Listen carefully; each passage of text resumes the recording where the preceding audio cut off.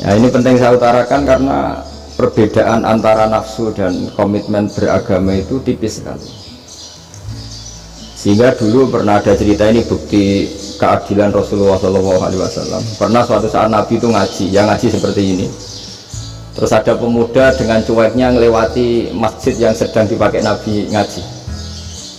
Singkat cerita semuanya ngomel ya, bergumam. Celaka betul pemuda itu, ada Nabi ngaji kok tidak ikut ya. Tapi Nabi secara besar hati ngendikan, ini ada di beberapa kitab di Fadlul Kasbi, keutamaan kerja. Kata Nabi, pemuda itu mau mencangkul di lahannya. Jika dia mencari nafkah untuk keluarganya, untuk kebaikannya, maka itu bagian dari ajaranku. Jadi Nabi berbesar hati bahwa kerja seperti itu bagian dari ajarannya. Jadi tidak harus datang ke majelis ngaji. Dan bisa saja yang sedang hadir itu ya orang yang hindari istrinya minta belanja dari ngaji terus benar dituntut belanja kan gitu. Mungkin anak-anak UMM yang kesini daripada tengok-tengok di Malang bosan jalan-jalan ke Rembang. Nah, jadi nggak mesti benar juga niatnya gitu. Jadi ya sama itu. Jadi kalau di dunia kiai yang masih orisinil itu nafsu itu benar-benar dilatih. Maka masyhur dalam cerita ada orang perang sama Ali radhiyallahu anhu. Ketika perang ini sangat semangat, tapi ketika orang itu meludahi dan Sayyidina Ali ini tersinggung karena diludahi, Sayyidina Ali langsung angkat tangan, sudah perangnya nggak usah diteruskan karena saya marah sama kamu sekarang demi nafsu karena kamu meludahi saya, padahal saya tadi motifnya demi Allah dan Rasul. Jadi sangat tipis bedanya kita emosi karena diri kita dan emosi karena Allah dan Rasul.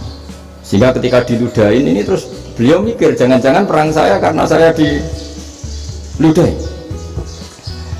Nah, yang hilang dari peradaban modern adalah Allah itu tidak begitu hadir di hati kita.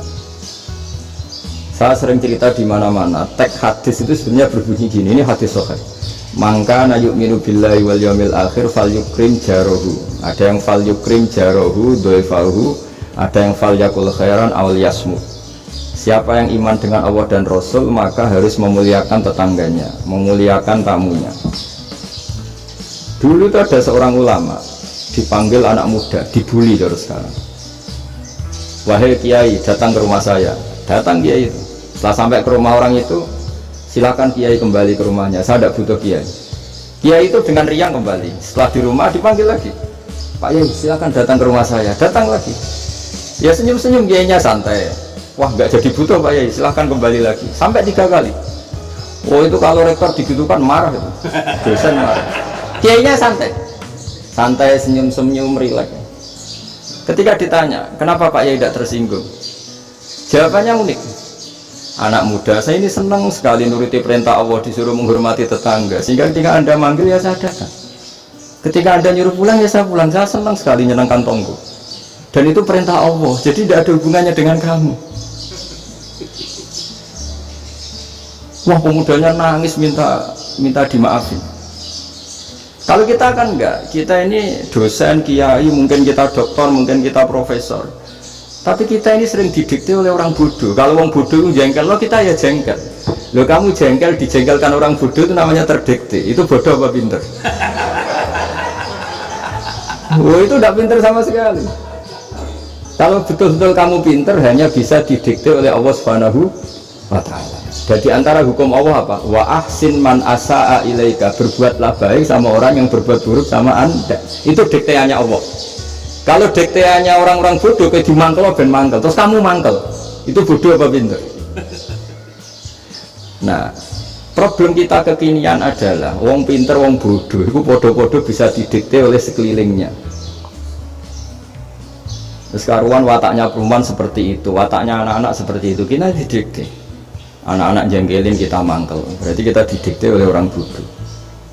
Makanya agama itu unik, kadang ngendikan wa ahsin man asa'a ilaika, kadang wasil man qata'aka, sambunglah orang yang memutus kamu.